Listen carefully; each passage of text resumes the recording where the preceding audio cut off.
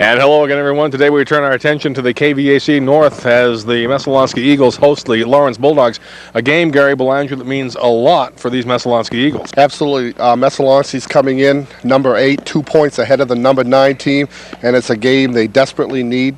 On the other side for Lawrence, talking to Scotty Ballard, he believes his team still has an outside shot. Mike Verrill says he's in one of those positions where he controls his own destiny. Enough games ahead of him to make it into the playoffs. Well, he has a win over Coney, which is a big win, and that's worth a lot of points, and that's why he's so far ahead of Lawrence in the standings by 3 spots. Just by what, a 3-10 record? Both teams coming in today, 3-10. One of those quirks of the heel points, and we're back with baseball right after this.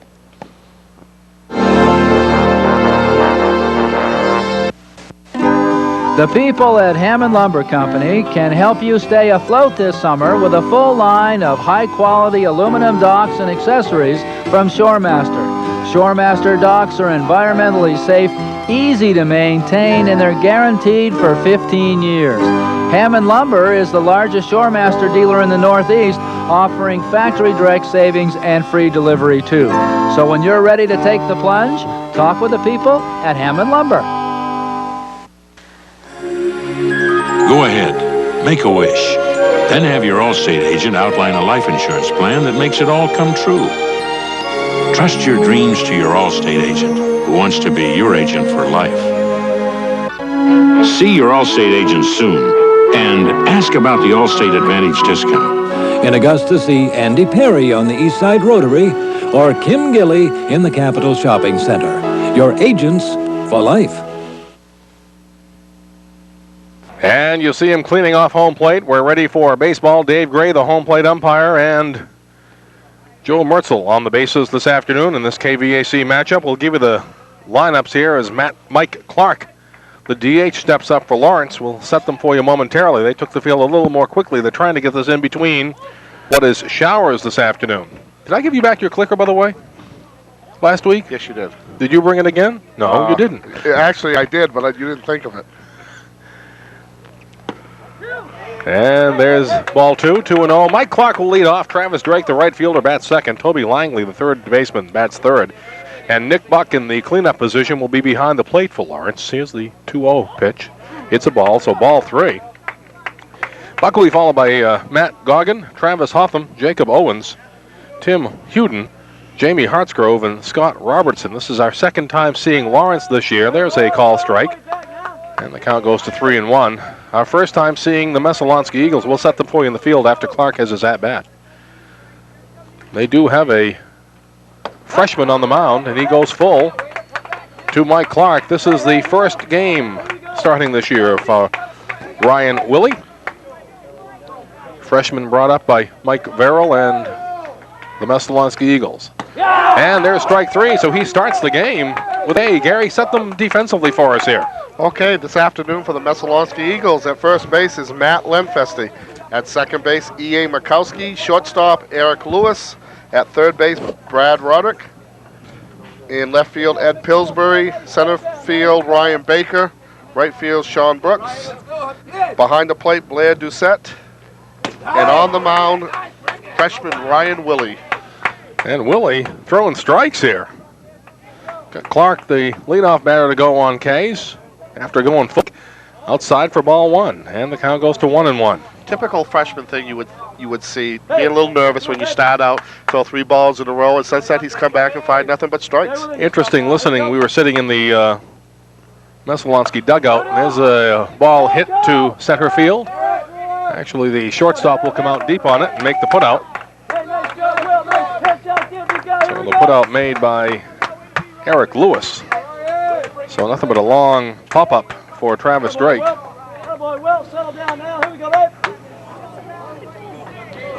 Listening to Mike Verrill talk to his freshman hurler, Ryan Willie, as we were sitting in the dugouts under raindrops as we put our lineup cards together. And the one thing he wanted to impress upon him was don't get upset if a call doesn't go your way. And you know, that's so often with a youngster. We'll take them out of their psyche. So far the calls have been good. There's ball 2. He is missing a little low and maybe a little outside, Gary. Well, what he's got to do is he's got to establish what Dave Gray is going to give him for a strike zone. That should be outside for ball 3, and it is. So he's been behind on the batters, but 2 up, 2 down. You can't knock that. Willie hurls, and that's a call strike right down the middle and taken all the way. Was this is Buck? They've reversed Buck and Langley apparently in the batting order, and he takes a walk. Didn't we have Langley ahead of Buck? Who knows, he says. Yes, we did. The other one. And who steps in now? This is Goggin.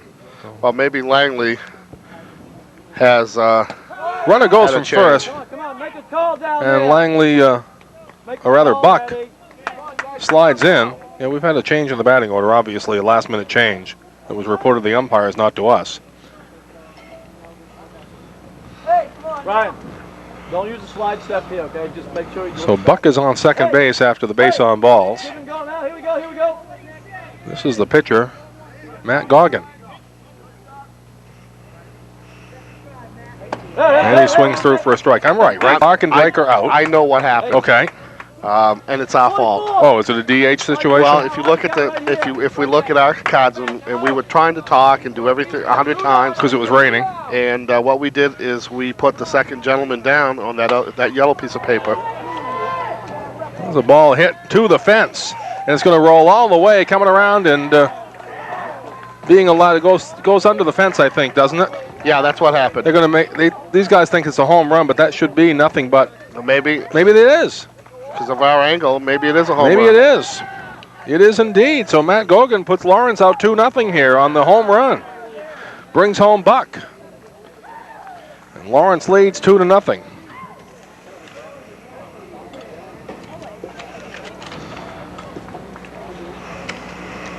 Oh, that's the D. Yeah, there you go, right there. That's what we did. So actually, Drake didn't fly out. That It was Langley. Langley. Okay. And then We Buck, apologize for you. Then Buck walks, Right. and then We're right from there on. Goggin hits a 2-run homer. He does.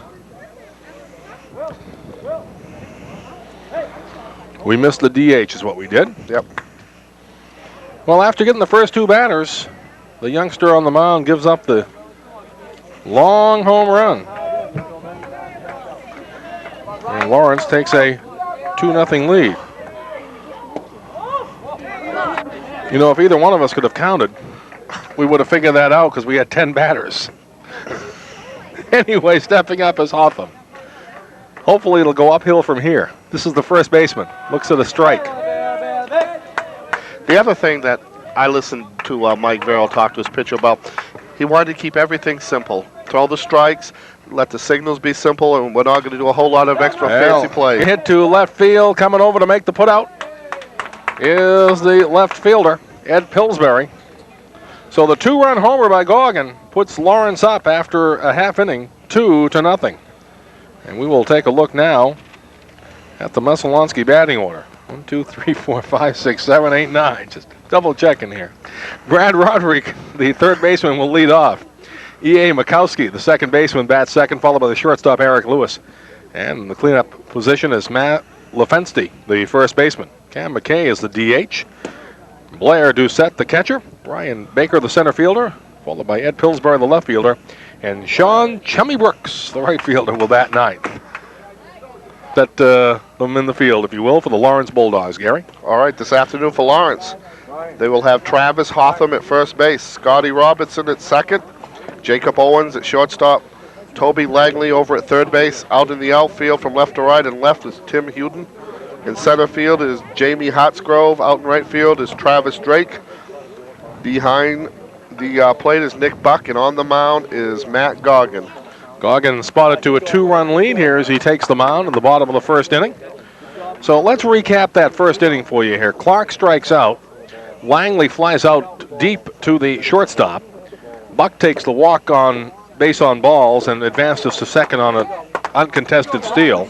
Goggin comes up, hits the home run, and Hotham flies out to left field.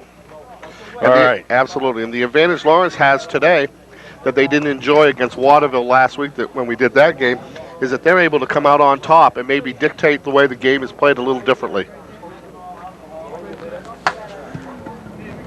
It's awful a lot better sometimes to be coming in and spotting yourself to a lead, as Matt Goggin has done. And Brad Roderick, the third baseman, will step up, and we're ready for the bottom of the bottom of the first inning here on State Cable, our last regularly scheduled regular season game.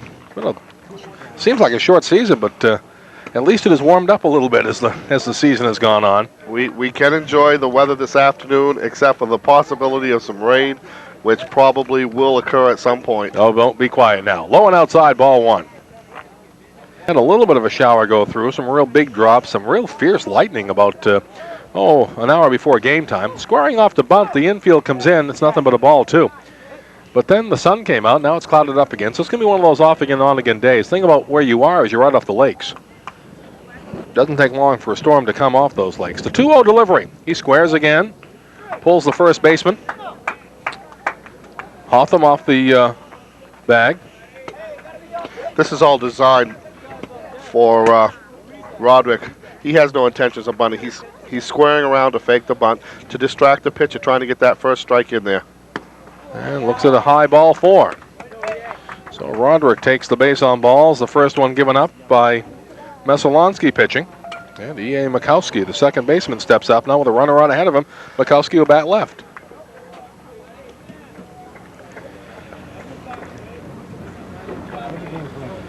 As we said in the opening, game means substantially more as a strike to Mesolonsky than it does to Lawrence at this stage of the season. Mesolonsky trying to hold on to that last playoff spot. Well, Mesolonsky coming in number 8, and as I recall, Lawrence came in number 12, 13 points behind Mesolonsky in the heel point system. Little toss over to first, back in plenty of time. But the fact that Mesolonsky holds a win over Cody, boy, yeah, that's a big one. They got that early in the season when Cody didn't start real sharp, but they've come on. That hits him. So a walk and a hit by pitch. Moves Roderick on at second. Makowski on at first base. Nobody out as the shortstop Eric Lewis steps up. Lewis gets a word or two from Mike Verrill down the third baseline. Well, I think what Mike Verrill's probably telling him is that out of 6 pitches that Goggin has thrown so far, 5 of them have been outside of the plate. So don't help him in this situation. We've done sports together a long time, going back to some radio days. This is the first time we've ever had cookies waiting for us. It's Mike Verrill, as we speak, sales rep for Archway. Yeah. By the time this airs, that may not be the case. that was an intended bunt to move him along. Yep. 2 strikes now, so you look for the batter to choke up a little bit and become a defensive hitter. And you can see he's got his hand just a little bit up on the bat. Yep, moving it up just enough to try to get a hold of it. Takes it outside. Hard pitch to take, Gary. That's give Eric Lewis a lot of credit for taking that pitch. Well, Goggin's throwing a lot of breaking balls, and they're kind of an overhand breaking pitch, so he's able to judge it from that point of view. You see it coming in. You see it in the dirt. Kept in front of Nick Buck.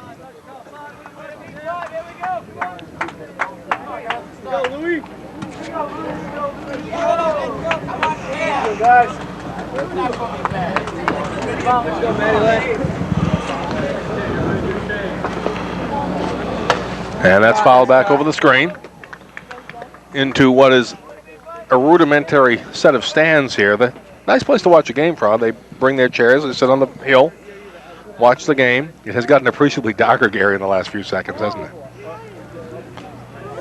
Goggin sends it in, and it punches him out. Lewis looks a bit chagrined by the call. First strikeout of the afternoon. Lewis goes down on the called third strike. Well, it was that overhand curveball, and it dropped and caught the strike zone, and Eric Lewis took a look at it. Not what you want your number 3 batter to be doing, looking for walks. So now runners on first and second with 1 out. Beg your pardon. Lefenste steps up, looks at a ball tight in for a ball. Matt Lenfesti, a big, strong first baseman for the Eagles. And there's a called strike.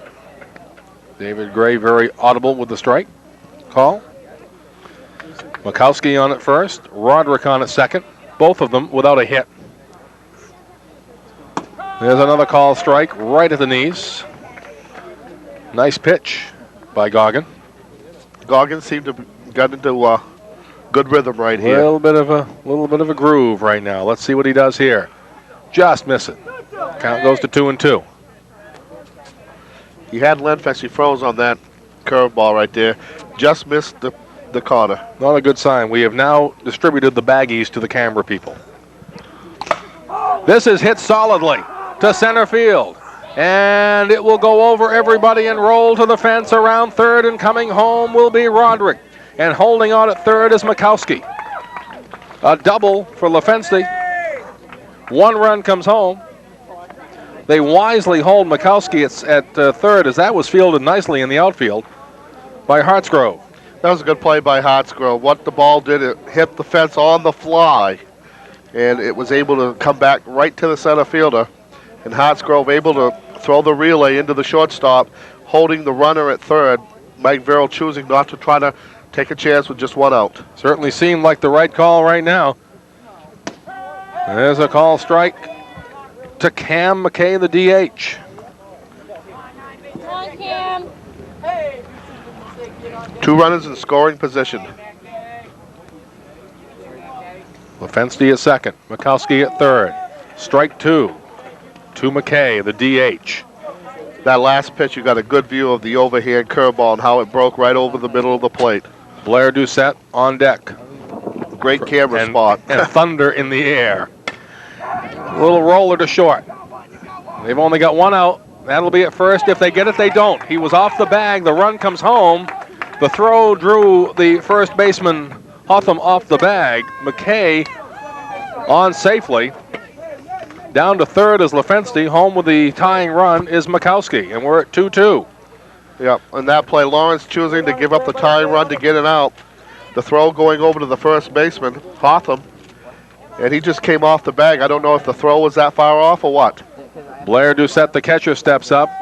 Blair came up to me before the game, says, you know, today's my mother Sabrina's birthday, so I want to wish her a happy birthday, so we indeed will do that. He would not divulge her age. Over 21, Smart kid, yeah, smart kid. Popped up. Runners will have to get back quickly. Coming in to take it is the right fielder. So that was popped up all the way to Travis Drake. The throw in being really thrown around, not handled too well. But nobody's able to advance. Well, the ball didn't get far enough away to advance. It's a good play by the runner on third base, Lenfeste. What he wanted to do was make the outfielder throw the ball in case the ball did get by the catcher. Anyways, what happened, it was a short hop, and the catcher knocks it down, but it's not enough to advance. So 2 outs, 2 on now. Runners at the corners for Mesolonsky. Ryan Baker, the center fielder. Yeah, I felt it too. We may be in deep doo-doo here before too long. Little one-hopper back to the pitcher. He'll make the out over to first in time. And down goes Mesolonsky, but not before they get the 2 equaling runs. So after 1, our score, Mesolonsky 2, Lawrence 2. Back after this. Hi, I'm Ray Haskell at Charlie's Motor Mall, Maine's largest used car and truck dealer. Charlie's is a virtual supermarket of used vehicles with every make and model available. Fords, Chevys, Hondas, Subarus, Geos, Dodges, Mazdas, Jeeps, Volkswagens. You name it, Charlie's has it. Cars as low as $109 per month, and a huge selection of sport utility vehicles.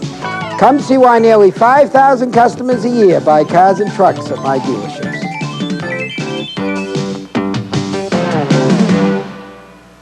Yeah, let's set our priorities. The heck with the book. Keep the cookies dry. Yes, absolutely. While we have a second, on the mound, Ryan Willie, the freshman, he gave up 1 hit in the first inning. The reason we make note of that is that he's the son of Dave Willie. Yeah, good. Who threw 3 no-hitters in his career in high school here in 1973 for the state Class B championship team.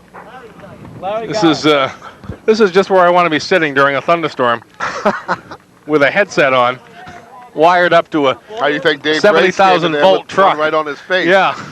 Well, he hadn't had any electrical equipment around him. You sure Sean McDonough started this way? Batter with an aluminum bat. Yeah. We got the makings of all kinds of things. Well, there's no lightning being seen yet. If there is, it will end or suspend it or delay it, I guess would be the word I'm trying to come out with. If someone could bring us some duct tape, we'd appreciate it. Jacob Owens steps in.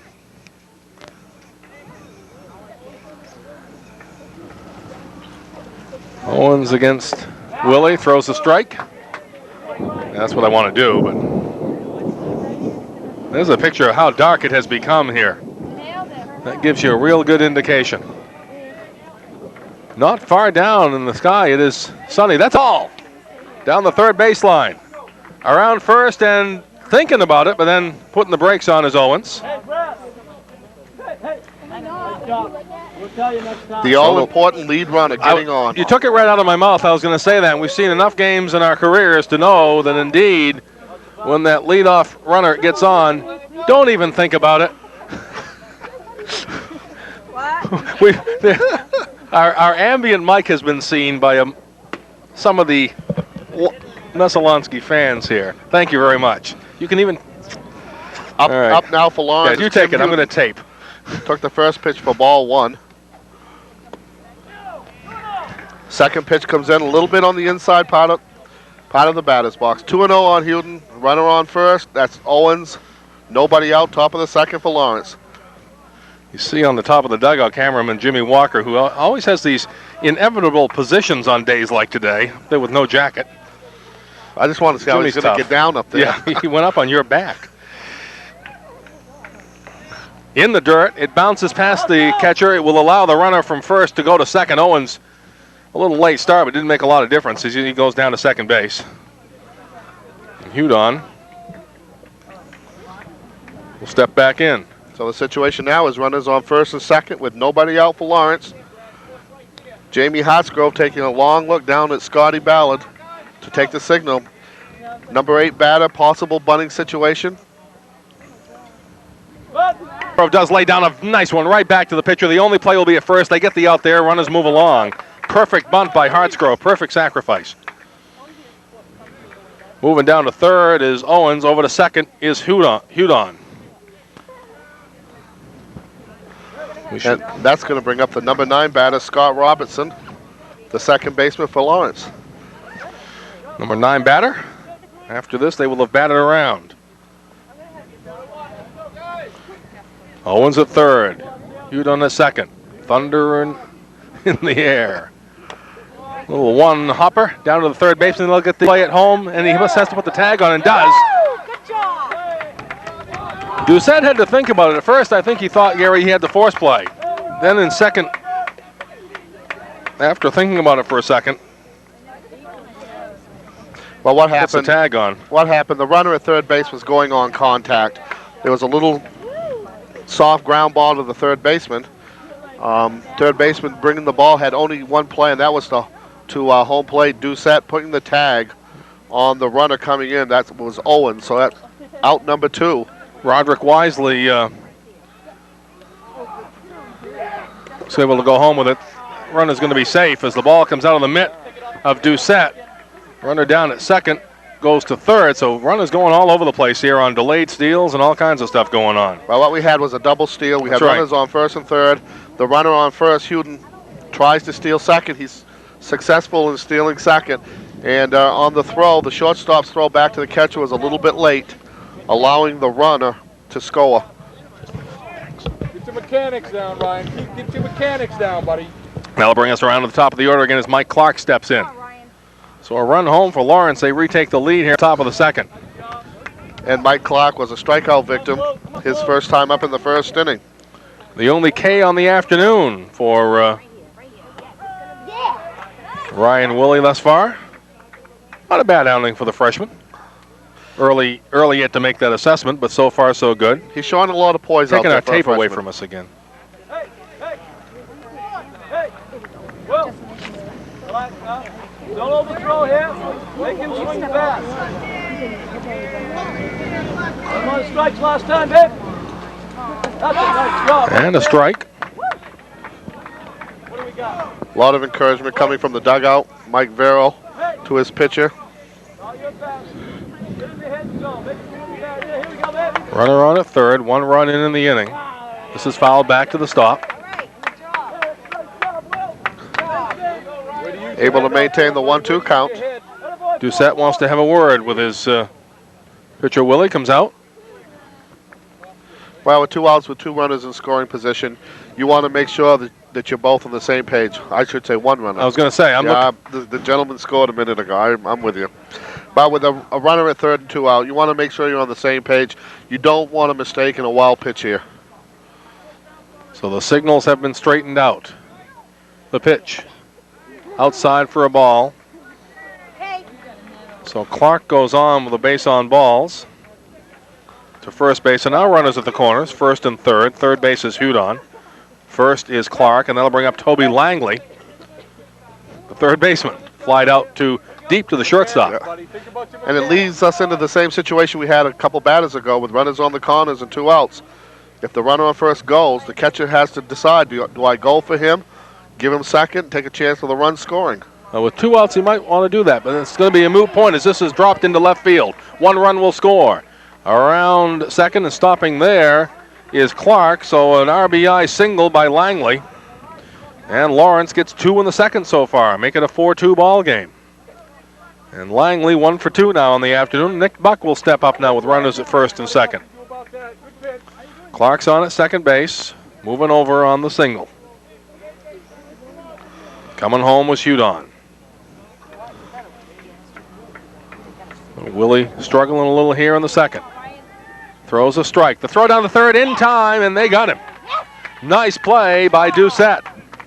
So after 1.5, it is a 4-2 Lawrence lead. We're back after this.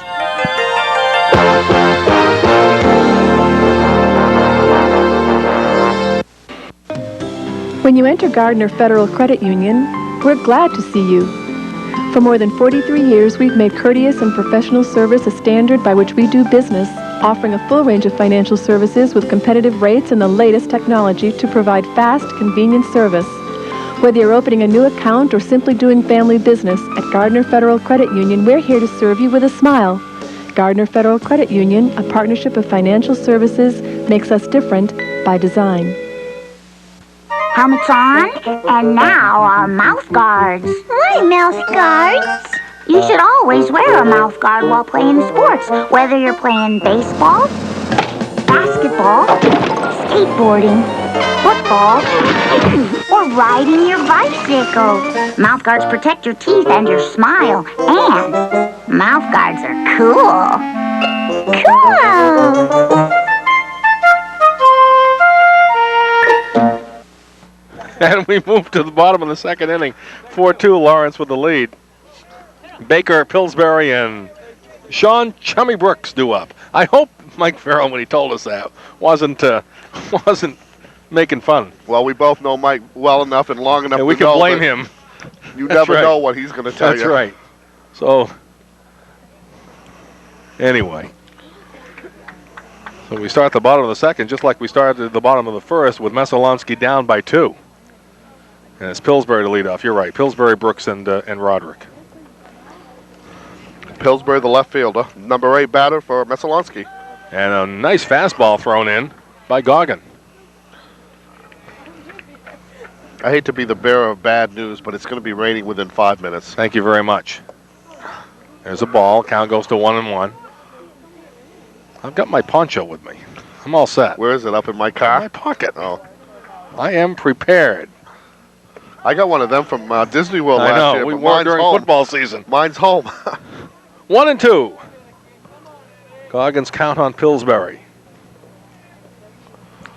The delivery. Hit solidly. Will follow in the gap. In center field. On with a single is Pillsbury. So the leadoff batter is on this inning for Mesolonsky. So in the bottom of the second, leadoff batter gets on, and every leadoff batter so far in this game has scored. Here's Brooks, the right fielder, with a runner on ahead of him at first. So the high ball 1. It's a ball that just didn't break for Matt Goggin. Try to get a little extra on that pitch. And at this point, just want to fire the strikes, hit the mitt. And Brooks helps him out there. Swings it one way out of the strike zone for strike one, the count to 1-1. The 1-1 delivery, bunted nicely. A nice slow bunt right back to the pitcher. Will they get the out at first? No, they throw it away. Around second and going for third is Pillsbury. He'll make the turn there and stop, and on at second is Brooks. An error all the way. So Brooks on at second. Pillsbury scampers down to third base. That'll bring us around to the top of the order for Roderick. Well, what happened on that bunt? Sean Brooks pushes it down the third baseline, forces the first baseman in, who has no play. The second baseman covers in that situation. Now, after that, what happens? The ball clearly gets by the second baseman covering, and everyone is able to advance another base. It was a great bunt. Perfect bunt. Might have been a single regardless. But the overthrow makes him, allows him to go to second and allows Pillsbury to go to third. It was going to be close. Yeah, that's one of those tough ones. It could have gone either way. It could be a fielder's choice. It could be a single and an error on the... There's a pass ball. Yeah, but no place for the runners to go as it comes right off this short backstop here. Right back to the catcher, Buck. That's a good play by Nick Buck. Not familiar with this backstop. Able to turn around and make the play, so he knew that the backstop was that lively. That's right. He didn't really have to chase it and didn't. But being a visiting player here, that is surprising. High again, and all of a sudden Goggins' pitches aren't coming down for him. He's almost sunny in the outfield here, Gary. He's overthrowing right now. He really is. He needs to just stay within himself. That one breaks down for a strike. Count goes to 2-1. Go, Brad. Pillsbury over at third base, we see. Sneaking down the line, gets a pretty good lead. Here comes the suicide squeeze. And he missed it, and they're going to have an easy out. Wow. I don't think Buck had to quite level him quite that much.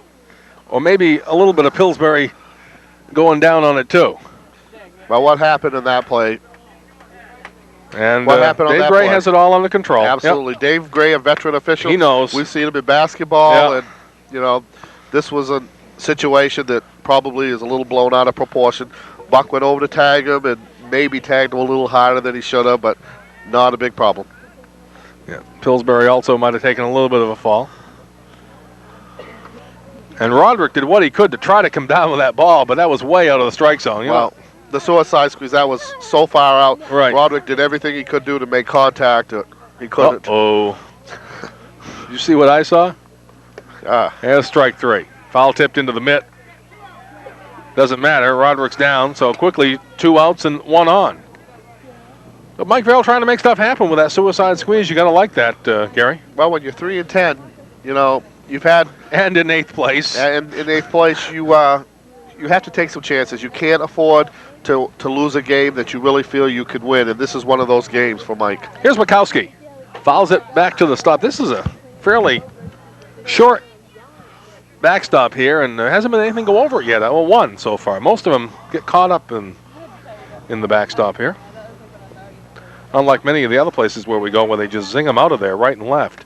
High over everything for a ball. Count goes to 1-1. Mikowski hit by a pitcher in the first inning and came home to score the second run for Messalonsky. Swings through that for a strike. And the count goes to 1-2. So Goggin, despite struggling a little bit here and having the ball not break for him, about ready to try to get out of the inning here without giving up anything. And this is to center field. Stays high long enough for the center fielder, Hartsgrove, to come under it. So we've played 2 for Messalonsky. Our score, Lawrence 4, Messalonsky 2. We're back after this. Option Rentals is great. You can walk in, fill out an application, just put down some funds. There's no credit check. It's easy, it's quick, it's convenient. They're wonderful people. The staff is great. They have a great delivery service. They're prompt, they're efficient. They come in, they set things up, they make sure it works for you, and then they're on their way. If I need to get in touch with them, it's really simple. I just use their toll-free number, 1-800-640-3311. It's great. They're right there. A short delay for Lightning here while we were away. About, what, 3 minutes, Gary? No more than that. Well, that's one of the shorter ones. Yeah. And we move to the third with Buck Goggin and Hotham due up. And Buck taking a strike. But it gave Mike Verrill a minute to talk to his pitcher. Give him some more confidence. That's right. There's a low ball one. Count goes to 1-1. You can see on that pitch, a little bit low, but he's right over the strike zone. It's just a minor mechanical adjustment. Strange afternoon for baseball. Solidly to the second baseman. Smothers nicely and comes up with it. You've now covered we've lost most of this here. Let's see here. That was the second baseman, E.A. Makowski. Okay. I'll get that. Over to Lefenste. For the out. Suppose we can safely take our plastic off now? Or is that a bit premature? Wow, there's a cut. Goggins trying to send that somewhere. I think Goggin would hit the junior high school Wow. at the end of the next field. Wow. That was a cut and a half by the pitcher, Matt Goggin. He gets a hold of this one, too, and it will curl foul. That was definitely home run distance, though. Oh, they both have been, the cut and that one there. Well, the number 4 batter, you look for him to be the type of batter that's going to hit the ball out of the ballpark, and no doubt after seeing that swing. This is a deep park, too. Well, I asked Mike before the game. I was with you. About the dimensions here. This one is hit and a nice catch. Made by Travis Drake, the right fielder. And Goggin is out. So the first 2 batters are down here in the Mesalonsky. That's not the Lawrence third. Yeah. That time, Goggin had to reach out a little bit, wasn't able to get the full impact of his swing. Hit the line drive to Brooks in right field, who was able to get it. It was down the line. Travis Hotham steps up. 2 down, nobody on. Fouls this one back to the backstop. And strike 1. Now the sun's coming out. You gotta love it. One of Mike Verrill's favorite sayings is only in Maine. Yeah. Many times I've heard him say that to me. Solid hit down the left field line. Will it be fair or foul? Foul. I'm guessing now because nobody's going anywhere. Well, that had decent power. It did. To go down the left field line. I'm surprised the ball traveled that far. So they've hit him. Goggins was a shot. That was a shot by Hotham, but foul. This is inside for a ball. Backs him off the plate. The count goes to 1-2. That's a great 0-2 pitch, though. I mean, it didn't miss by much, and it's his pitch. He's making him hit his pitch. He's not giving him the pitch he wants right now. Too short on the ground. Nice strong throw over to first in the dirt. Around first and digging for second is Hotham. So Hotham scampers into second base. E6 all the way. Yeah, I thought so too. Lenfest had a shot at it, but wasn't able to come up with it. It was the throw that was down in the dirt by the shortstop Lewis. So it puts a runner in scoring position with 2 outs for Lawrence and brings up Owens, who singled his first time up. Dave Gray looks skyward as Jacob Owens steps in. Runner on second. 2 outs here. Top of the 3rd inning. Lawrence leads it 4-2. Nice play. Keeps it in front of him. Nice play by Doucette, blocking the ball with his body, not reaching glove out to knock it down. He got right in front of it with his body. No way the ball's going to get by him that way. Willie checks the runner. Now turns and throws it in the dirt. Ball 2. With 2 outs, it's hard to tell a freshman yet this, but he should concentrate on the batter and not worry about the guy on second base. Can't hurt you with 2 outs if you throw strikes. Now sometimes on an error or something like that, it's a little bit frustrating. He throws ball 3. The throw goes down to second and scampers into center field. And we'll come back in. Nice play by the center fielder on that, Baker. Coming in on the pickoff play, so it was an obvious planned play. Doucette went right down to second with it, that's right. And Baker was there to make sure that the runner didn't advance to third. Good play all around. Willie checks second again. Now checks it again. Now delivers. A strike. So trying to get out of trouble here. Count 3-1. Again, he is bothered by that runner at second base. Now he turns and delivers. Foul ball down the third baseline. So the count goes full.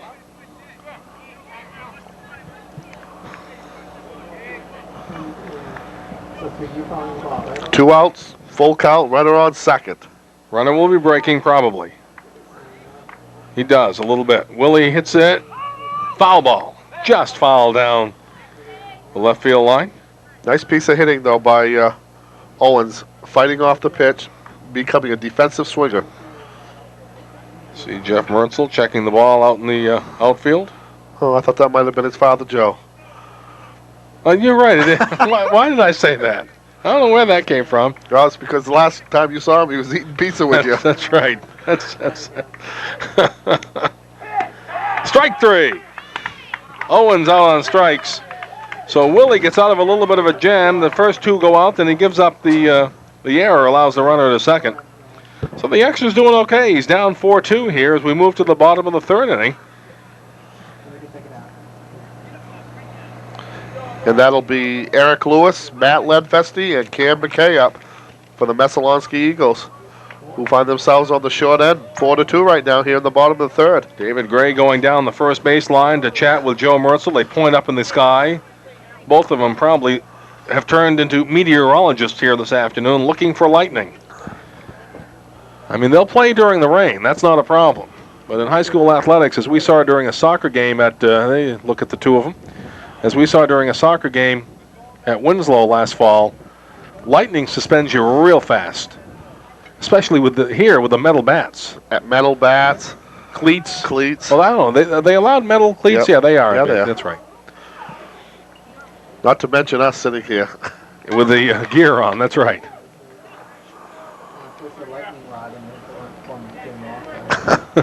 Yeah, now lightning rod Jim Walker on the roof of the third base dugout. There's Jimmy. He always gets that job to be up there, doesn't he? We couldn't find anybody dumb enough to do it, so we had to get a radio guy. I can say that because I spent 20 years in that business. I know the intelligence level. I'm just kidding, Jimmy. Foul ball. I have many good friends in radio. Eric Lewis struck out his first inning. There's a bouncer to the backstop. Goggin really hasn't had great stuff this afternoon, but it's been good enough. Well, obviously the bottom of the second was one of those weird innings. Yeah. You had the bunt, you had errors, everything that could have happened did. Oh, a nice stop by the shortstop. Then he makes the throw over to third, or over to first. Probably shouldn't have thrown it. The runner was well by, and that could have easily gone into foul territory and allowed the runner to advance. But what a nice backhand stop to keep it in the infield. Well, obviously it's a base hit all the way. Oh, absolutely. But the point you made is a very good point. Concede the base hit. No reason to Don't run throw it. the ball, because if it gets by you, he's going to have at least second with nobody out. So Lefensky beats out the base hit. First baseman for Messalonski, and they'll bring up Cam McKay, the DH. Looks at one in the dirt and almost getting by Nick Buck. Buck has had to handle a lot of those bouncers this afternoon. Yeah, he's done a great job, and we saw him last week the same way. He is a tough catcher right there, and he does a great job. He blocks everything. Runner goes. Hit and run.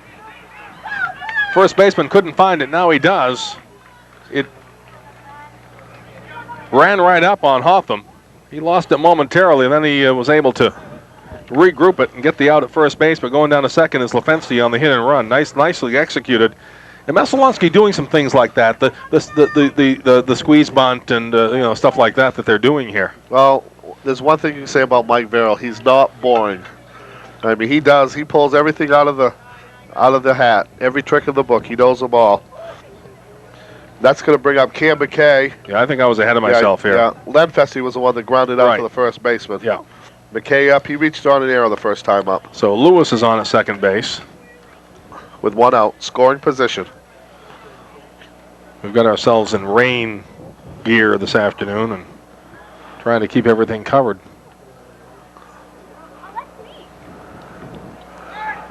Squares, and they didn't buy it this time. Defensively, Lawrence didn't even break in on the square.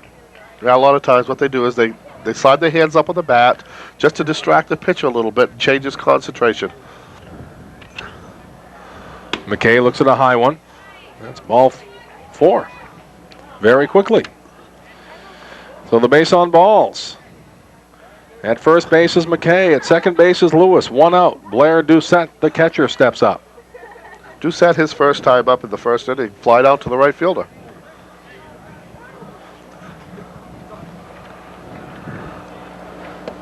Outside for a ball.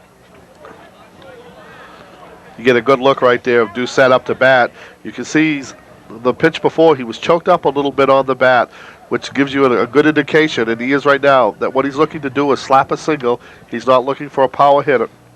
Goggin looks the runners back. Lewis was getting a decent lead at second. Goggin got it back. Now he okays a signal he gets from Buck. Looks back at second again, trying to take that extra step away from the runner. Throws outside for a strike, just catching the outside corner. Sun's back out here.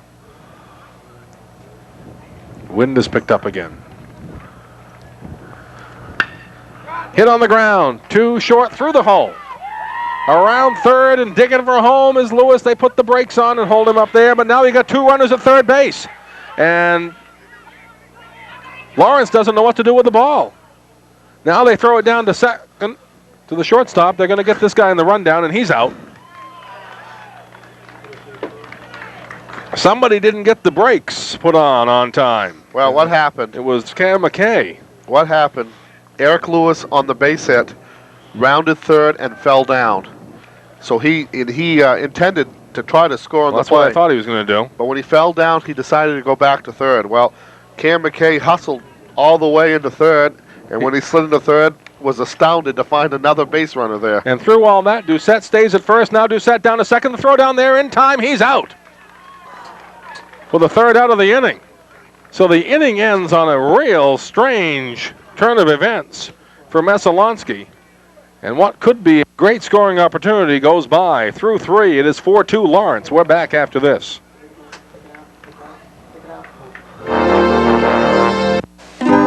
The people at Hammond Lumber Company can help you stay afloat this summer with a full line of high-quality aluminum docks and accessories from ShoreMaster. ShoreMaster docks are environmentally safe, easy to maintain, and they're guaranteed for 15 years. Hammond Lumber is the largest ShoreMaster dealer in the Northeast, offering factory direct savings and free delivery too. So when you're ready to take the plunge, talk with the people at Hammond Lumber. And for those of you scoring at home, get your eraser out. Oh, okay. Let me flip this over. Yeah. Well, we had a couple of interesting events in that inning. We had a situation where a runner falls down going around third. That was Lewis. McKay slid into third base, trying to go from first to third on a base hit, and he ends up finding out another runner's there. So he's in a rundown, and they go back and forth, and they finally tag him out for the second out. Doucette all the time stays at first. On the next pitch, Doucette attempts to steal second and was out by plenty. Yeah, plenty. So that's where we stand. 4-0 Lawrence. 4-2. 4-2, I'm sorry. We got it.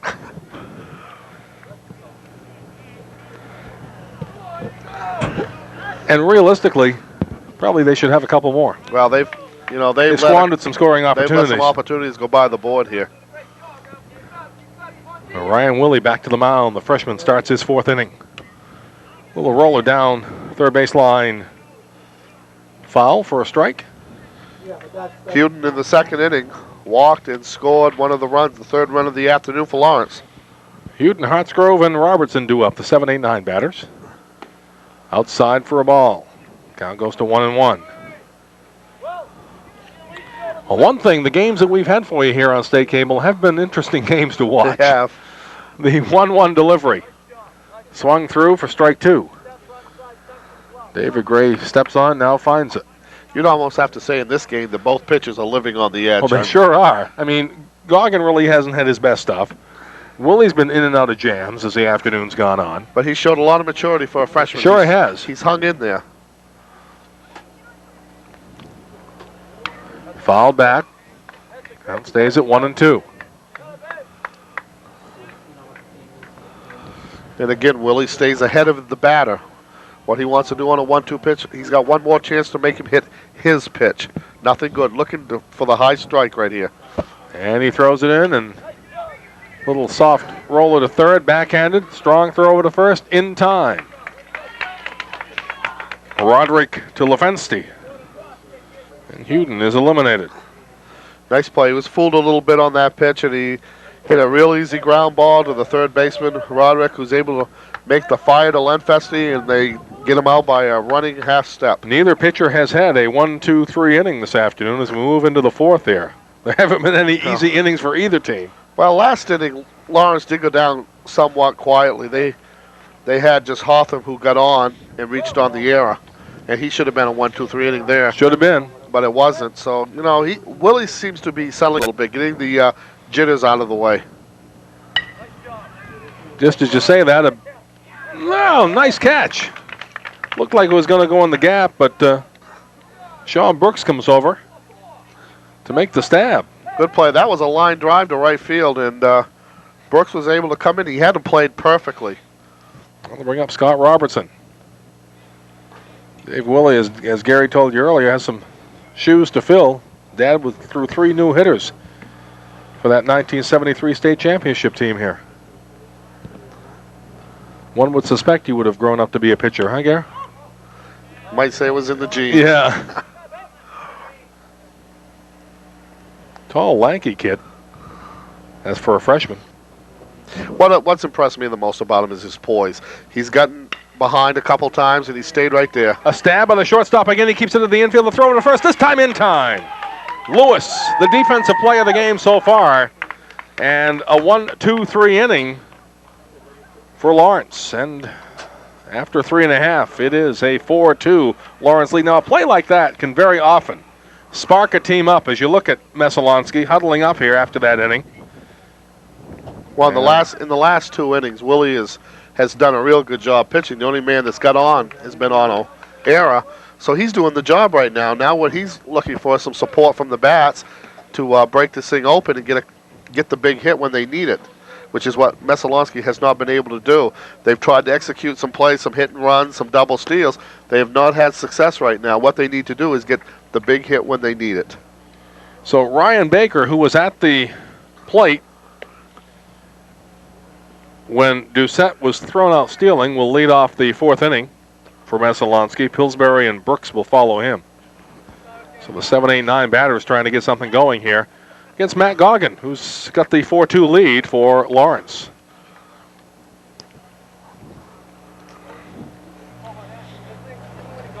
Baker swings the wooden bat to warm up and throws it down and picks up the aluminum bat, which probably feels like an alloy after that thing they warm up with here. Looks like a Fred Flintstone bat that they use to warm up.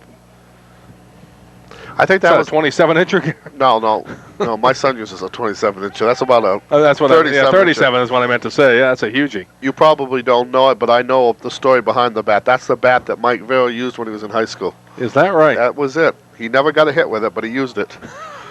Baker goes to 1-1 on the count. Mike would be disappointed if I didn't give him Didn't tell the story. That's right. The 1-1 delivery. Nice hit to short. Owens up with it. Over to first in time to Hotham. Leadoff batter is eliminated. 6-3. That'll bring up the left fielder, Ed Pillsbury. Pillsbury's first time up got a base hit. And he was the gentleman who was out trying to score on that suicide squeeze. Not to the fault of Brooks or the batter at the time. No. Who just couldn't come up with it. If anyone's fault was Goggins, it was such a poor pitch he couldn't bunt it. That's right. Or make contact. Falls in for a strike. Pillsbury behind in the count. Quickly, 0-1. Goggin deals. Hits a ball. That's 2. Go ahead. Make a wish. Then have your Allstate agent outline a life insurance plan that makes it all come true. Trust your dreams to your Allstate agent, who wants to be your agent for life. See your Allstate agent soon, and ask about the Allstate Advantage discount. In Augusta, see Andy Perry on the East Side Rotary or Kim Gilly in the Capitol Shopping Center. Your agents for life. Pillsbury thinks about it, lets it go by for a ball. And the count goes to 2-2. 3-2. 3-2. There was 2-1. I just keep missing that first ball. Not going to matter with this. Line drive right to short. Pillsbury out. L6 if you're scoring at home. How many people you suppose sit at home and watch a game and, score at home? When I was young, I did a lot of it. Did you really? But not at this level. I mean, I, believe it or not, sat, because this was back in the 67 when they had such a... Everything was on radio back then, too. A fun season. I sit there and do it. And I enjoyed doing it, keeping it up. I was a fanatic for that stuff. I suppose there are people that do it. Well, Chummy Brooks is up here, and in the second inning, he got a single, and he was stranded at second. I sure hope it's Chummy Brooks. Well, if it isn't, we know who to blame. Yeah. If we're hung out to dry, we will tell some Mike Verrill stories.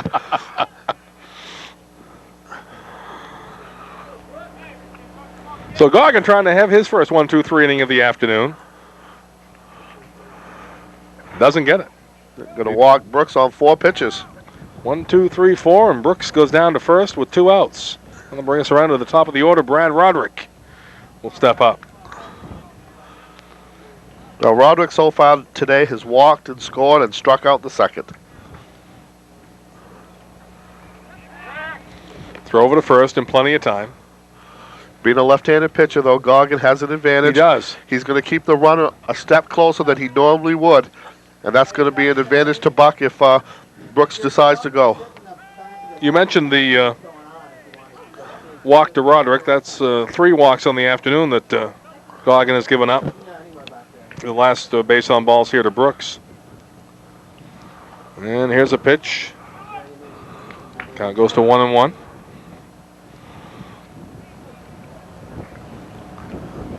Sky looks improving, Gary, all of a sudden. We can only hope the showers have gone by. Roller down to first. He'll go to the bag unassisted, Will Hotham. So they don't go 1, 2, 3, but they do the next best thing. And through 4, it remains 4-2. We're back after this. Go ahead, make a wish. Then have your Allstate agent outline a life insurance plan that makes it all come true. Trust your dreams to your Allstate agent, who wants to be your agent for life. See your Allstate agent soon, and ask about the Allstate Advantage discount. In Augusta, see Andy Perry on the East Side Rotary or Kim Gilly in the Capitol Shopping Center. Your agents for life. In the United States, someone is injured in a crash every 10 seconds. Speeding. Each year, hundreds of thousands of people are critically injured. Many become disabled for life. Many die. The costs are devastating. I know, because I'm an emergency physician at a trauma center. Every day I see needless suffering and injury from traffic crashes caused by driving too fast. Don't fool yourself. Speed shatters life. So Ryan Woolley back on the mound to start his 5th inning. Pretty good outing for his first time out there, the freshman. He's given up 3 hits so far in the afternoon, but he has not given up a hit since the second inning. And has had a 1-2-3 inning and for all intents and purposes, a 1-2-3 inning. The inning before that is a third batter of the inning after 2 outs scored on reached on an error and was stranded at second base. That's going to bring Mike Clark up to lead off the top of the 5th for Lawrence. Top of the 5th, top of the order. Clark swings through for a strike. Clark, Langley, Buck do up the 1-2-3 batters. Lawrence trying to pad their 4-2 lead here. In the first inning, Clark strikes out. In the second inning, he walks. Willie hurls in the dirt for a ball. The count goes to 1-1. I don't know how many innings Mike Verrill expected to get out of the youngster, but I think he's probably almost in bonus time now, Gary. Base hit down the third base, right over the bag. Around first, digging for second is Clark, and now all of a sudden he says, whoa, wait a minute. Time to come back. So the leadoff batter is on, and does that stat stay still with us? No, we had that situation where Doucette got tagged out trying to score, but for Lawrence, it's been very successful. They've had a lot of success from the lead batters. 2 out of the 4 times, well, it'll be 3 out of the 5 now. Runner goes, the throw down to second. Would have had him in time, but it was in the dirt. The throw was in plenty of time, and down there in plenty of time. 3 out of the 5 opening batters in each inning that have reached went on to score. Wow. So with nobody out, this becomes a big run for Lawrence. Trying to pad the 2-run lead here. Over to second is Clark on the stolen base. Langley 1 for 2, fly out to shortstop and a base hit. A bouncer to third. Look the runner back at second. Strong throw across the diamond to first in time. So give a lot of credit to Brad Roderick, who looked at the runner back. Clark is frozen at second. Here you go on replay. Now Roderick gets the ball. He takes a look at the runner. Yep. That's a good play. Heads-up play. Nice strong throw across the diamond. Len Feste comes up with the ball, and Len Feste picks up the runner to make sure he's... So all around executed very well. 1 out, 1 on. This is hit solidly to left field. On the move and to the fence. Around third and coming home will be Clark, and it's a home run. It bounced over the signal given by Joe Mertzel. It's a homer. It didn't bounce over. Went over on the fly. Went over on the fly. I'm saying it just hit the top of the fence and went over is what I meant to say. You're right. And we'll take a look at it here. Comes off the bat. You knew it was going to be hit solidly, Gary. You see Doucette just watching it. Love it. You can see the left field all the way to the fence. And let's watch it here. Over the fence right Over the fence. See, from here that looked like it was on this side of the fence, but that mesh fence, it's hard to see. So another 2 come home in the 5th for Lawrence. And Mike Verrill out for a word with Ryan Willey, who really hasn't had such a bad outing, but the youngster may have seen one of his last batters on the afternoon here. Well, Mike has a real tough situation right now. Mike's in a situation where he can't afford to lose this game. This game is critical for him to win, and of course, for Lawrence, it's just as critical for them to win because they are on the outside looking in, where Messalonski right now does have the number 8 spot, but only by 2 points. So Buck's home run makes it a 6-2 ball game. And a strike thrown to Matt Goggin.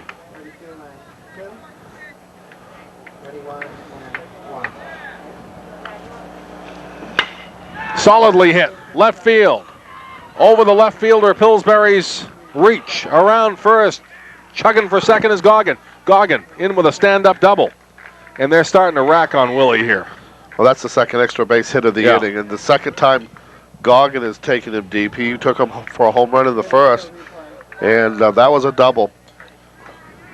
You'll see on the replay, taking the pitch, it was a little bit outside, and Goggin goes with it, goes to left field. Right down the line, the left fielder chases it back to the fence. Goggin goes in with a stand-up double. Gets a decent lead at second base. This is hit high in the air, up over everything. So Hoffman with a foul strike.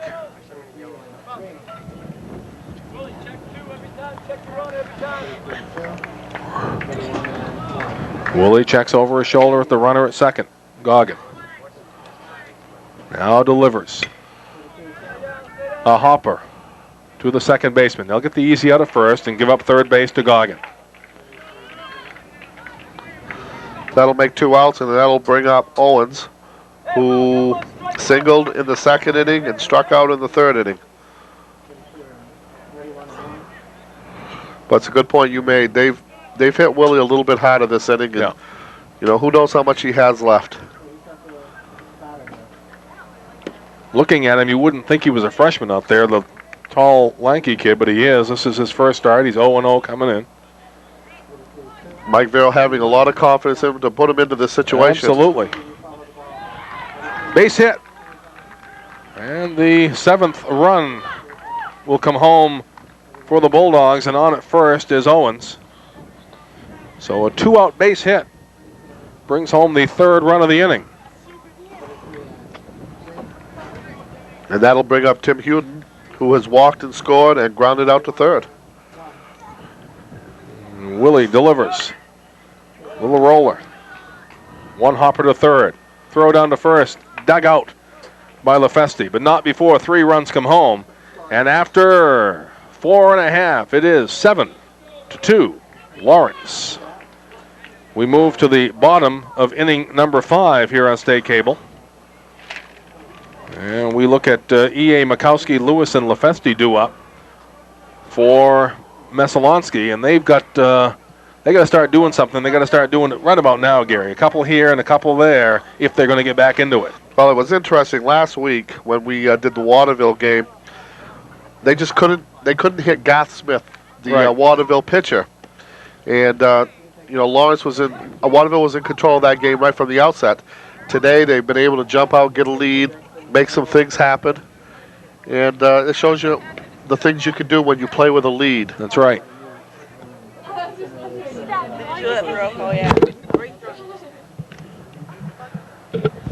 So Matt Goggin, who really has had sort of a junky afternoon. I'm not saying that to dump on him, but he really has had his good stuff, I'm sure. Well, he's only given up 3 hits, but there's been a couple of errors. There's been 2 or 3 walks.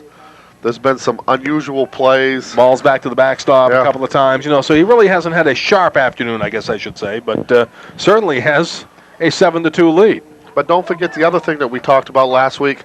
This is a young team that Lawrence puts out on the field. That's right. They're going to make one those senior kind of on this mistakes. squad. That's They're right. going to make them kind of mistakes. Well, right now we're talking about them making mistakes, but they've got the 5-run lead. Well, that's going to feel pretty good to Scott Ballard as well. Oh, absolutely. I mean, when you see in the paper you're 3-10 and in number 12 spot, you're 13 points out. You could pack up the tent and say, well, let's just play for pride. Well, they're not playing for pride. He believes they really have a chance, if they can win their last 3 games, of sneaking in the 8th spot.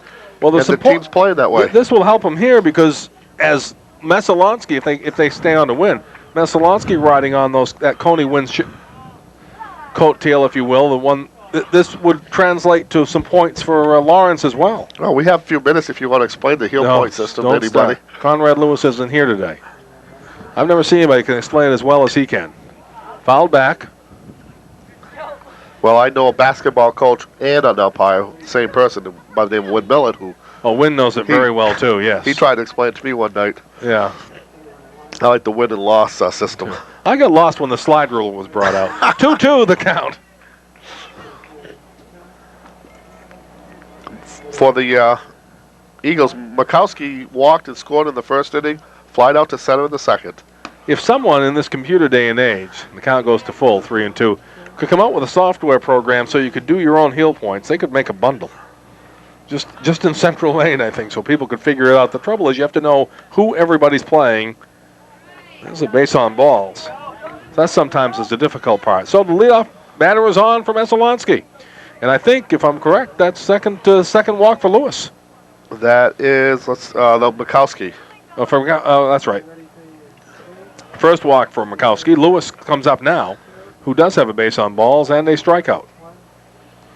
So Makowski on it first. Lewis swings and hits it solidly to left field, and this ball is going to be grabbed out there nicely on the run by the left fielder, Hudon.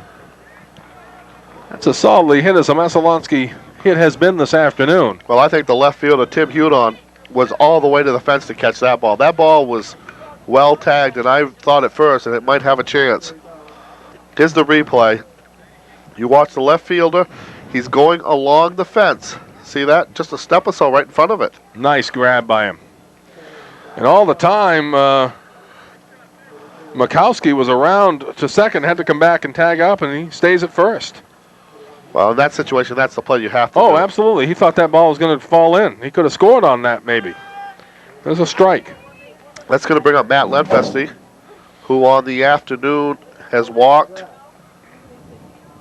And, I'm sorry, he got a hit his first time out. Right. And grounded out to the first baseman. And that's outside for a ball. So still on at first base with one out now is Makowski.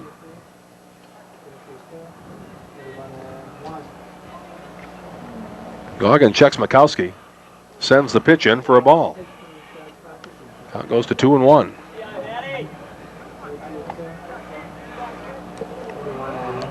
Down by 5. The Lawrence Bulldogs trying to... The Lawrence Eagles. Why did I say Bulldogs? Lawrence Bulldogs. No, they're up by... Why you said the Lawrence Eagles? Why didn't I? Let me start this over again. All right. Down by 5. The Messalonskee Eagles trying to get a couple here and just chop their way back into it. How's that? That work for you? That sounds like the real deal. Okay. In the dirt, and again, it is kept in front of Buck, but it doesn't really matter as that's ball 4. And the second walk of the inning, so Goggin, if he's in a jam, it's his own fault. Well, what's happening now? Nick Buck's going out to talk to him to try to settle him down. The last thing you need to do is start helping the other team by putting people on. Pitch strikes. Let your defense do the work behind you. That's what you have the support for. Mikowski, who went on for a base on ball, slides over to second base. Lefenste on now with a base on ball. So runners at first and second with 1 out. McKay, the DH, steps up. McKay on the afternoon has singled and walked, so he has a perfect day going so far. 7-2 you score, bottom of the 5th inning. A ball. I would think that if he doesn't get his control quick, Scotty Ballard's going to be going out there to try to settle him down a little bit. Throw, a fake throw down to second, trying to take that extra step or two away from Mikowski. A lot of times when you see the second baseman all the way over there, they're not going to pitch. And McKay helps out Goggin there, swinging at one well out of the strike zone. Not going to hit that with anything but a 9-iron, Gary.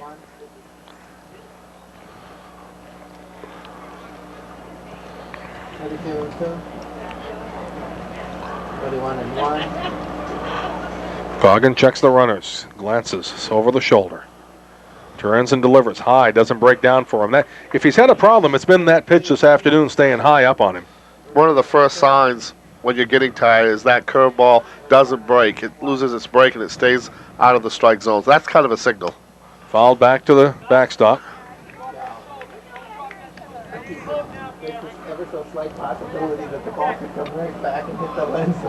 Goggin gets a new ball back from home plate umpire David Gray. The count remains at 2-2. Runners on at first and second for the Eagles. The 2-2 delivery fouled back to the screening, and so McKay having a decent at-bat for the DH. And the last 2 pitches have been both fastballs. So you see Goggin going to the fastball more and getting away from that, getting away from that breaking pitch. Again, glances over the shoulder, deals the 2-2, and McKay swings at a ball well out of the strike zone. The throw down to third base, not in time, and the runner will move up. So McKay out on strikes. Mikowski is able to get into third. And Lefenste is at first, so runners at the corner now with 2 outs, and Blair Doucette will be up. That time out, McKay helped him out a lot. He sure did. Took a swing at a pitch that was out of the strike zone. A couple of the strikes were out of the strike zone in that at-bat, and we're going to have a pinch hitter here. And a pinch runner. Maybe that's all we're going to have. I knew we were going to have a pinch something. Allen's going to be going in to run at first base for Lenfesty. Okay. So Allen goes on at first. Trying to get a little more speed on the base path is Mike Verrill. Doucette will be the batter with 2 outs. That's an interesting situation with 2 outs. Do you take a chance with the runner on first to try to steal second? Not on that pitch, as it's outside for a ball. Again, Goggin going to the fastball. He's not throwing the breaking pitches much right now.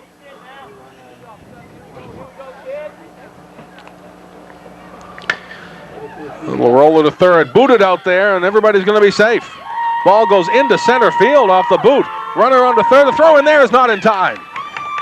And there's your speed. That's where Allen is able to do what probably one would think Lefenste wouldn't have been able to do, and that's get all the way to third on that. So an error all the way. Doucette ends up at first base. Coming home to score is Mikowski.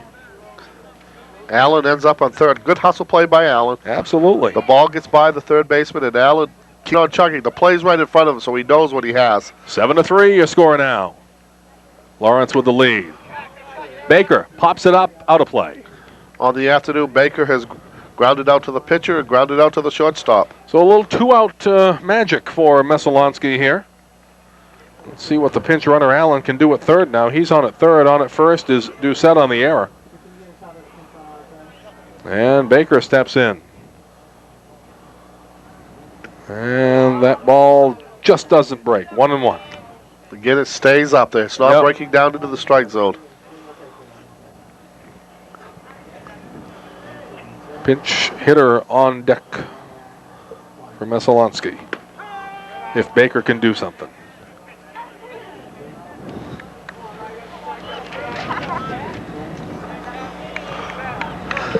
Mike Spolier on deck. But a little bouncer back to the pitcher. A little lob over to first in time. So Goggin over to Hotham for the third out of the inning. So Mesalonsky can come up with but one in the fifth. We've played 5 complete now. Your score, 7-3. I'm Ray Haskell at Charlie's Motor Mall. We're Central Maine's largest new and used car and truck dealer, and here's the reason why. Cars like these for $109 a month.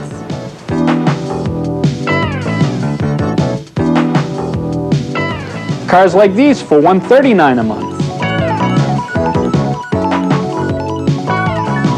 Come see why nearly 5,000 customers a year buy cars and trucks at my dealerships.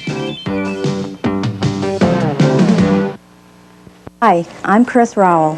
With the world moving so fast today, it's a comfort to know your insurance company will be there when you need them. We respect all of her decisions regarding insurance, especially the most recent change that included extended coverage with Hanover Insurance. For 2 generations, we've relied on Higgins and Rowell for all our insurance needs, both business and personal. Trust Higgins and Rowell and the Hanover Insurance Company to be there today and for all your tomorrows. And we're back as you go for the roster change. Eric Wakeham. Number 10, going out to right field for Sean Brooks. So let me make the change here. And stepping up for Lawrence will be Hartsgrove, Robertson, and Clark due up here in the 6th inning. They lead it 7-3. Get another change, Gary, to your left there.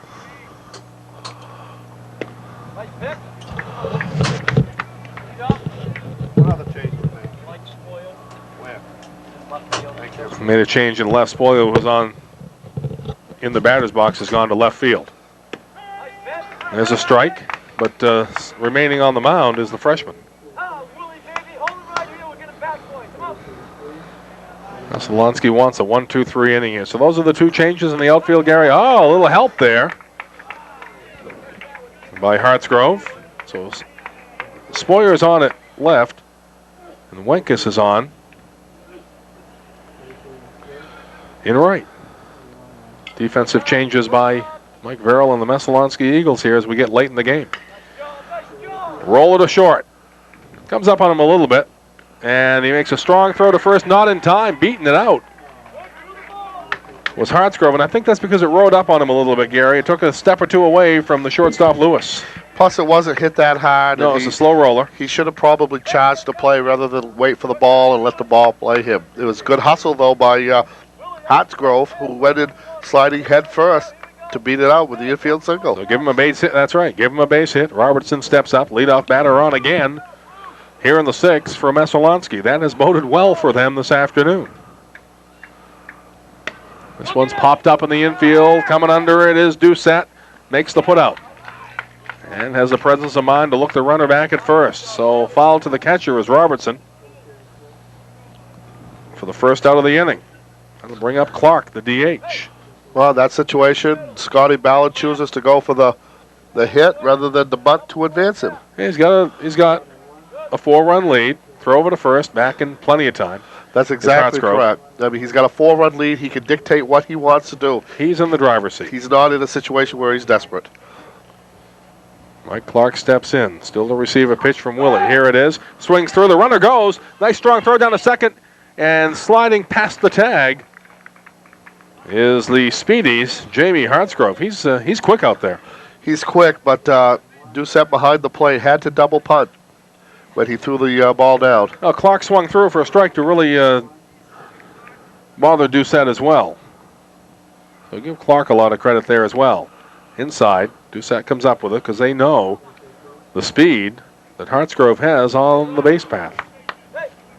Well, now he's in scoring position. He beats out the play at first, steals second. Willie looks over his shoulder at him. There's a swing around for strike 2 by Clark. Softball game over? Absolutely. It is. Maybe one of us, hint, hint,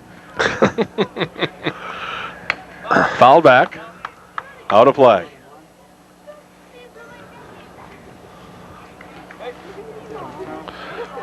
I'm sorry, go ahead. Lawrence trying to answer Mesalonsky's run in the last inning by trying to get a run here in this inning. Send a message back. Take back control.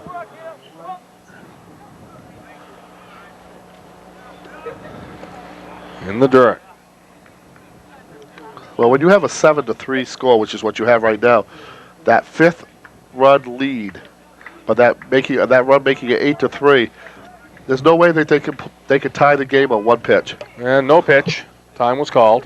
Where you have a 4-run lead, you're still in a situation where if the bases are low, you hit a home run, you can tie the game. Doucette saw something he didn't like, asked for, and got time. Mike Verrill says, what was wrong with the pitch? Well, wrong was your catcher wanted time. Next time, don't give it to him when he's quiet. Go ahead, Gary. You go for it. You know him better than I do. We'll get to that in a second.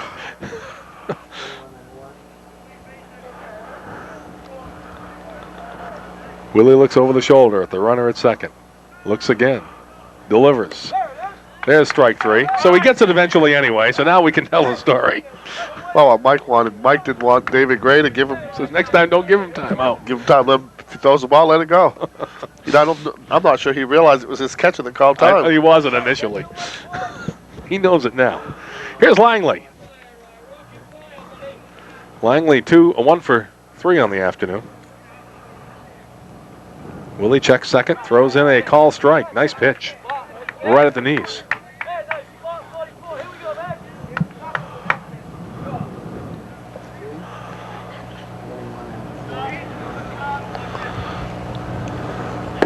There's another one, but that one wasn't a strike, and in the third is Hartsgrove. So give Hartsgrove, I mean, he's gotten a third all on his own. He beat out the play at first, beat out a steal at second, and now slides into third safely. And that steal of third wasn't even close. He was clearly ahead.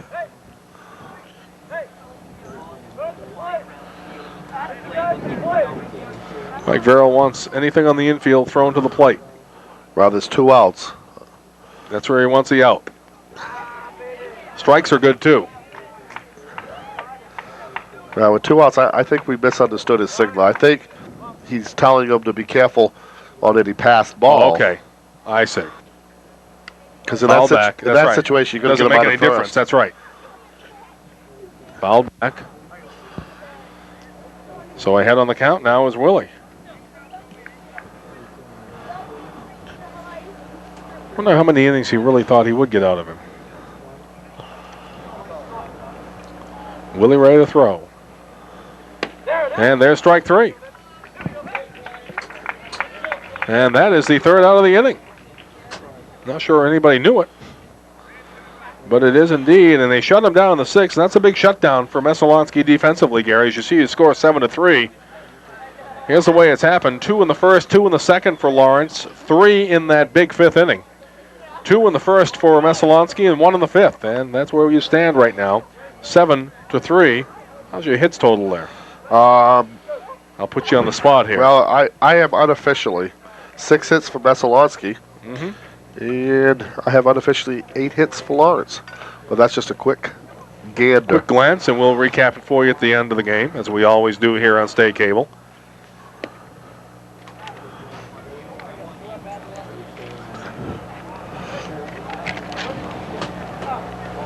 So it'll be Spolyer leading off, and it should bring up Wakeham, I'm sorry. Spolyer, Wakeham, and Roderick due up.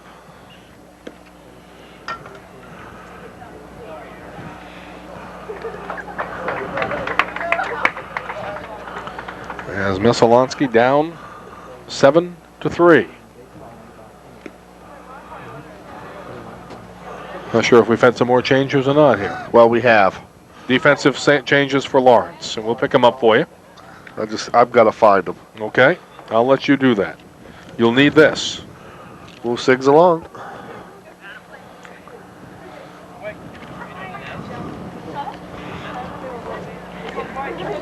So the entire outfield comes in and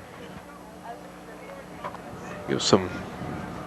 Infield comes in and gives some encouragement to Matt Goggin, who's on here with the lead in the bottom of the 6th, and throws a ball inside to Spolier.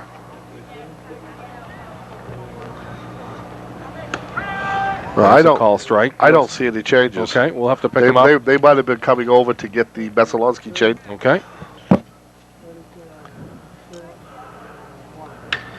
This is hit solidly to center field. Coming under it, though, is Hartsgrove. Hit high enough. Hartsgrove plenty of time to circle under it. And the first batter is out. And they'll bring up Wakeham. Wakeham, his first time up. Number 10, Eric Wakeham.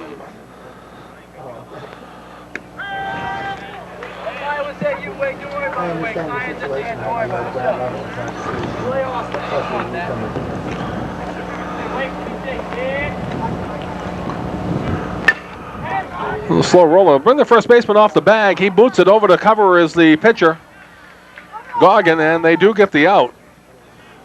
3-1.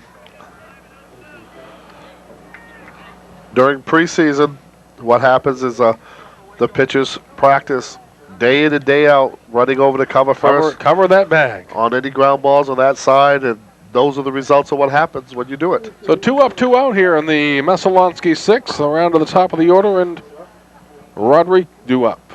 Steps in, looks at the ball. Brad is 0 for 2, and a walk in the first inning, scored the run. I bet it has gone down this afternoon about 15 or 20 degrees since the start of the game. It's really chilly now with the air coming in. Well, Roderick helps him there. Our umpire at first, Mr. Mertzel, has gone to the coat. There's an indication, I'll tell you, if there ever was one. Well, it's just gutsy that he's even out there after the errant throw he took in the side of the leg during warm-ups. During warm-ups, he took a shot. He really did.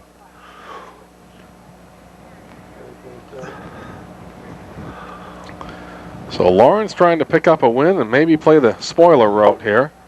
All of a sudden, Goggin in the dirt with the last couple. Now this win will, if Lawrence is able to hold on, will keep their slim playoff hopes alive. Stranger things have happened. This will certainly put a jolt into Messalonsky's. Look back at the game we had last week as Roderick goes on with the base on balls. Lawrence with the lead. Early on Waterville, if I remember correctly. No, they never did. That's right. But it shows when you're ahead how you can play the game differently than when you're behind by 5 or 6 runs. So Roderick on with the base on balls with 2 outs. Runner on for Messalonsky. That'll bring up E.A. Makowski. And he looks at a call strike on the outside corner. Makowski has walked twice and sandwiched that around a fly out to center field. Has scored 2 of the 3 runs for Messalonsky. Outside for a ball. Count goes even at 1-1.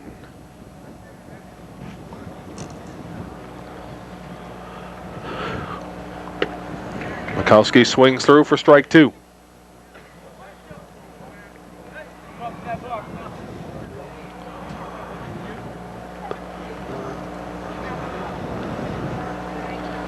And hits this one solidly to center field. Actually left center. And Hudon camps under it to make those hit hard, but right to Tim Hudon. Really didn't have to move that much for it. So after 6 complete, there's your score. We're back with the 7th after this. I've got just a few seconds to tell you that the Grand Round has something for everyone. There's steaks, fajitas, ribs, swordfish, buffalo wings, salads. Forget the rest of my line. What is it? Dessert. For my family, the Grand Round means variety. Kids' pizza for Sharon, a charbroiled hamburger for Stacy. Bob, it's Cajun swordfish. I like a nice steak. What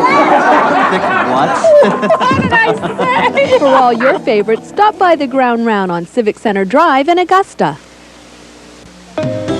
When you enter Gardner Federal Credit Union, we're glad to see you. For more than 43 years, we've made courteous and professional service a standard by which we do business, offering a full range of financial services with competitive rates and the latest technology to provide fast, convenient service. Whether you're opening a new account or simply doing family business, at Gardner Federal Credit Union, we're here to serve you with a smile. Gardner Federal Credit Union, a partnership of financial services, makes us different by design. And we're back at Yeah, Messalowski Field. We move to the 7th and final inning. There's your score. Lawrence moves to the top of the 7th. We'll have Buck, Goggin, and Hotham due up. And Buck and Goggin have been the ones that did the damage so far for Well, it's the middle part of the order. You'd expect Lawrence. it, yeah. On for his 7th inning is Willie. And this is going to be a pleasant outing. Even though he's behind by what he's behind, when you're talking about a freshman coming in a pressure situation like this, he really hasn't had a bad afternoon. Sure, there are some things they will work on and some things they will gain from this. You know, Goggins taking him deep twice, hit the home run and the double. Buck has gotten on twice against him, so, you know, those are the things. This one's popped up. Second baseman calls for it. Camps under it. Makowski makes the putout. Leadoff batter eliminated for Messalowski. I'm having this idea, this brainstorm that usually occurs like the bottom of the last inning. Why don't you always follow that? I thought he was talking to us for a minute. Yeah, I was listening. Trying to listen to direction from the truck. He's not even talking to us. Because whenever I hear brainstorm coming out of the truck, I wonder what's going on. I thought he said rainstorm. I was going to say, no way. Oh, there's a... I don't know if Doucette will be able to... He does. Wow. Nice play. Nice play by Blair Doucette. That was a sky-high pop-up. I had visions of that hitting the camera behind home plate. So did I. Doucette just reaches over the fence to make the putout. Good play. He followed the ball all the way back. He felt for the fence. He knew right where everything was and made a great play. Hotham decks in. A 3-bouncer to short. A nice strong throw over to first. A nice stretch by LaFeste. And the 1-2-3 inning, which is just what Mike Verrill and the Messalowski Eagles needed. Couldn't afford to go down by any more. So there's Messalowski huddling around. They know they're down 7-3. They've got to come up with 4 against the Lawrence Bulls here in the bottom of the 7th to tie, 5 to win. Here's the advantage of playing at home. You do have your own destiny, and you'll always get those last at-bats. And it's going to give the Messalowski people the people up they want. I feel like I dumped on Goggin a little bit, calling him junk earlier. He's had a pretty good afternoon, but it's been a strange game for him. It really has. The balls haven't broken a lot. They've been to the backstop a lot. But he's really been in control. Well, he's been in control because he's thrown strikes and let the defense make the plays behind him. When he's had the balls that he wanted to throw. I think my joke of the day just made it to the other umpire. We'll leave it be. He hasn't got it yet, though. Of all people. All right. We move to the bottom of the 7th. There's a look at first-year coach. At least while he's here, first-year coach. Second? Is this the second This year? is Mike Verrill's I could have second sworn he was year. at Maranacook last year. Been 2 here. Shows you how much, how time flies. Huh? This is Mike's second year out here at I almost said it. Yeah. At Messalowski. He was at Maranacook for a good number of Good years. number of years. He built a very strong program out there. He's been taken over by Terry Creek, continuing the tradition out there. And now he's here in Oakland, building a tradition up here. See what they can do here in the 7th. Eric Lewis swings through and fouls it back, and it goes off the wrist, I believe, of David Gray. Wow. Yeah, That's smarts. That hurt. Yeah. Might have caught him right on the wrist bone there, too. The foul tip back to David. And they'll Oh, that hurts. I don't know if they got some of that spray stuff here or not to numb that. Well, he's obviously in a lot of pain. Oh, a lot. It has gotten, it's almost chilly, Gary, and it's really gotten colder as the afternoon's gone on. Yeah. And that doesn't help, and they'll attend to him. Foul ball right straight back. No ice water. That'll do it. Oh. Right up above the wrist. And that hurts. But David Gray checks his counter to make sure he's got everything under control. It's two of your long-term umpires here this afternoon. They've been around. Well, he's a trooper. He's gonna go right back. Oh, He's gonna be sore later, and I don't think he's gonna throw the ball too many times with the pitcher. No, either. the catcher will be throwing that ball back out for the rest of the afternoon.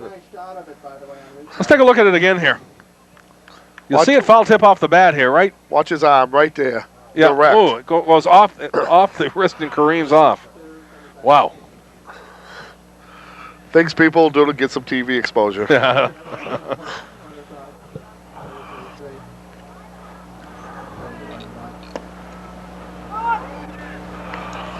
He'll be a little ginger when he puts that right hand up to call a he strike. will. I guarantee you. You see, he also keeping it behind him now.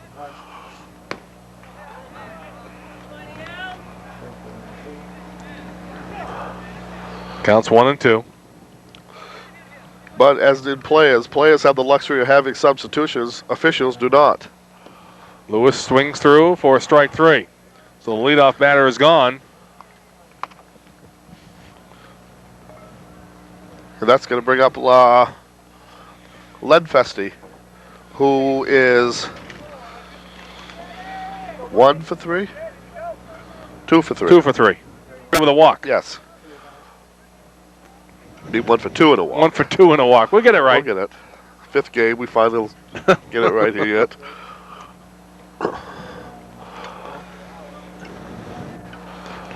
So Messalonsky down to their final 2 outs here. This one's popped up high. Back out of play. I'm telling you, Gary, they're just going to get this in before another shower is going to hit. It's getting dark again.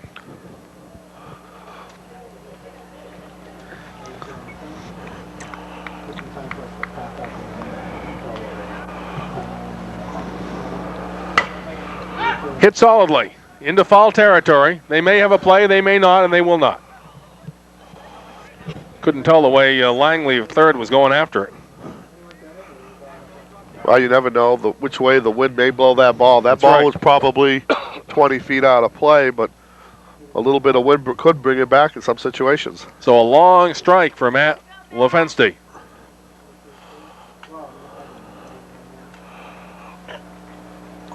And he swings through a bad pitch for strike 3, in and out of the mitt of Buck, who will put the tag on him. So K2. And that brings up McKay, the last hope. That's the 5th strikeout, as I have it, for Goggin. This one's fouled back. McKay on the day reached on an error, walked, and struck out in the 5th inning, his last time up.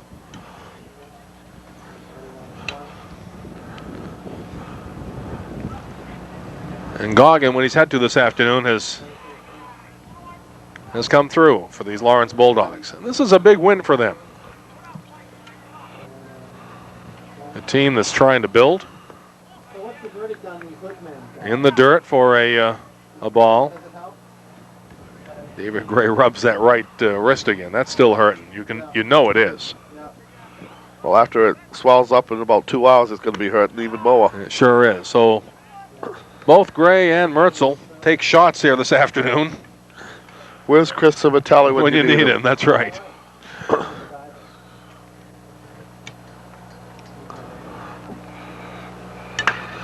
Al McKay got all of this one.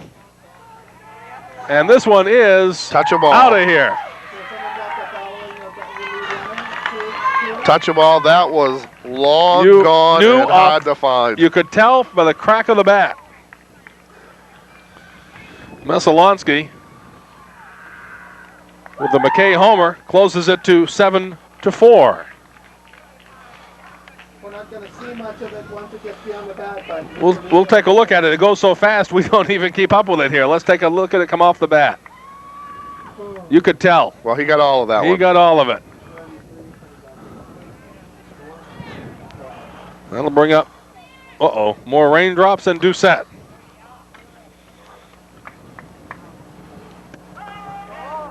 Blair Doucette. Doucette is 0 for 3, although in the 5th inning he did reach on an error. In case you missed it. Absolutely. Mother Sabrina having a birthday this afternoon. We wish her a happy birthday, and we had done that earlier in the game, and you might have not been with us for that. Meanwhile, Goggin trying to finish it off right here. Doucette pops it up. This should be playable by the first baseman, and it is. They're put out by Hotham, and the Lawrence Bulldogs win it 7-4. We're back with a recap after this.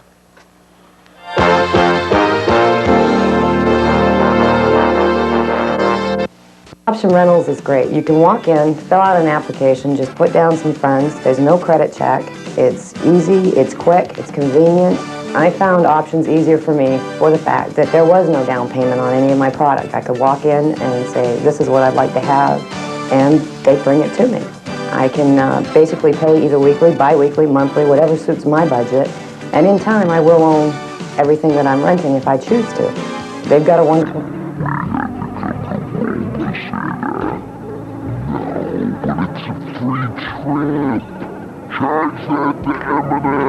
Capiche?